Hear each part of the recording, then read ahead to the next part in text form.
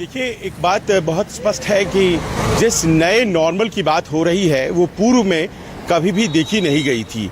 और ये नया नॉर्मल आज की तारीख में जब प्रधानमंत्री ने एक लकीर के तौर पर खींची है तो जाहिर है कि इस नए नॉर्मल को लेकर के राजनीति भी हो रही है और नए नॉर्मल को लेकर के एक असहजता भी हो सकता है कि हो। लेकिन सवाल यहाँ पर यह है आज की तारीख में कि तीन बातें अपने आप में जो महत्वपूर्ण प्रधानमंत्री ने कही हैं उसके आलोक में क्या यहाँ पर अभी राजनीतिक विवाद की जगह है।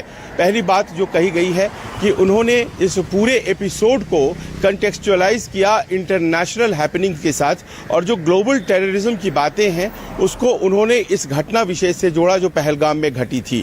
और उन्होंने इस बात को कहा कि दरअसल ये जो आतंक की फैक्ट्रियां चला करती थी ये चाहे 9/11 की घटना हो या फिर लंदन में जो ट्यूब बॉम्बिंग हुई थी उसकी घटना हो या फिर भारत में अनगिनत घटनाएं आतंकवाद की जो हुई हैं, सब में यही बहावलपुर से लेकर मुरीदके और कोटली तक की आतंक फैक्ट्रियां काम करती थी। और इस तरह से उन्होंने ये साबित करने की कोशिश की कि दरअसल जब उन्होंने ये हमले को पारित किया, उसके लिए आदेश दिया, तो उसका मतलब ये भी था कि वो एक ग्लोबल वॉर ऑन टेररिज्म लड़ रहे थे।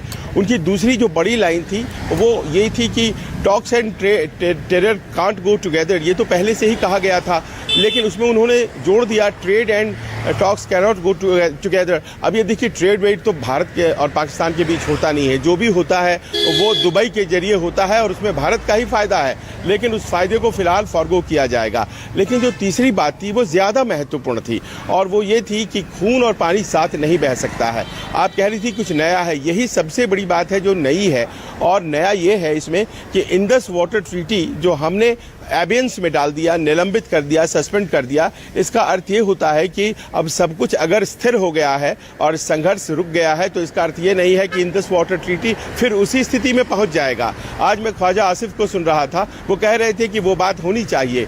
वो बात कैसे हो सकती है जब तक कि कोई और बात न हो जाए। और लिहाजा भारत ने एक बहुत बड़ी अचीवमेंट हासिल कर ली है जब इंडस वाटर ट्रीटी जिसको रीनिगोशिएट करने के लिए पिछले 2 सालों से पाकिस्तान से आरजू मिन्नतें की जा रही थी और वो ध्यान नहीं देता था और आतंकी घटनाएं कराकर वो समझता था कि इस मांग को वो टाल सकता है, जो कि बड़ी जायज़ मांग है। आर्टिकल 12(3) जो पूरी एग्रीमेंट की है वो कहती है कि रीनिगोशिएशन की गुंजाइश है, इसमें पाकिस्तान नहीं कर रहा था, हमने कर दिया उसको और ये एक नया नॉर्मल है।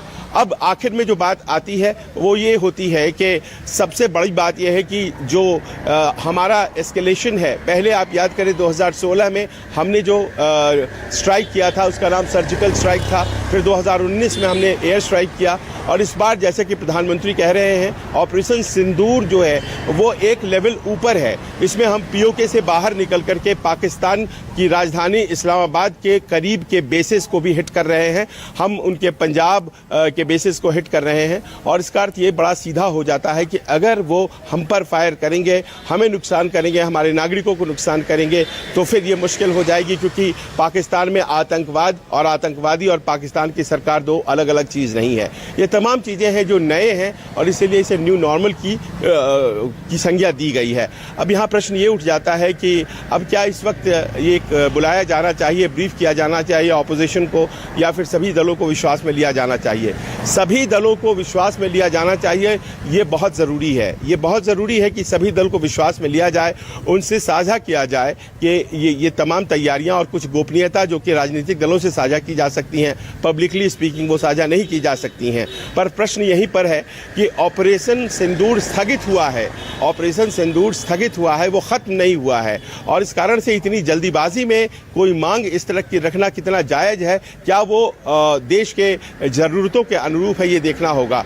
दुश्मन शांत नहीं हुए हैं और कुछ कार्रवाइयाँ, कुछ रिपोर्ट भी हो रही हैं, गड़बड़ियां कर सकते हैं, वो एक दबाव में हैं और इस कारण से ऑपरेशन सिंदूर स्थगित है, तुरंत कार्रवाई होगी। लिहाजा इस बात पर ध्यान देने की जरूरत है कि क्या ये वो मौका होगा जिस पर हम एक नई लंबी बहस छेड़ें।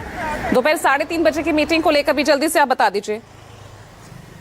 दोपहर 3:30 बजे की मीटिंग को लेकर जी हाँ, देखिए ऐसा है कि ये एक नॉर्मल प्रक्रिया का हिस्सा होता है पूजा, जिसमें कि जो डिफेंस अटैचीज होते हैं उनके साथ हम वो शेयर करते हैं जो कि मिलिट्री एस्पेक्ट्स होती हैं। जो कूटनीतिक एस्पेक्ट है, आपने देखा होगा करीब 4 दिन पहले हम लोगों ने तमाम एनवॉयज को बुलाया था जो दूतावासों में हैं हमारे यहाँ, और हर दूतावास में आप जानते हैं मिलिट्री अटाशी होते हैं, तो उनको ऑपरेशनल डिटेल्स के बारे में शेयर किया जाता है, जिसमें भारत अपने तरीके से बताएगा कि क्या क्या घटनाएं घटी थी और हमने किस किस तरीके से उन घटनाओं को नेस्तनाबूद किया जो हमारी सरजमीन पर हमें नुकसान पहुंचाने के लिए आकार दी जाने वाली थी। एक प्रक्रिया चलिए, तो ये कि नॉर्मल प्रक्रिया है, उसी के तहत यहाँ पर आज जो दिल्ली में स्थित जो फॉरेन कंट्रीज के हाई कमीशन है और एम्बेसीज है उनमें डिफेंस अटैचेज से आज उनकी मुलाकात होने जा रही है। अब राजीव, मैं आपके पास आ रही हूं।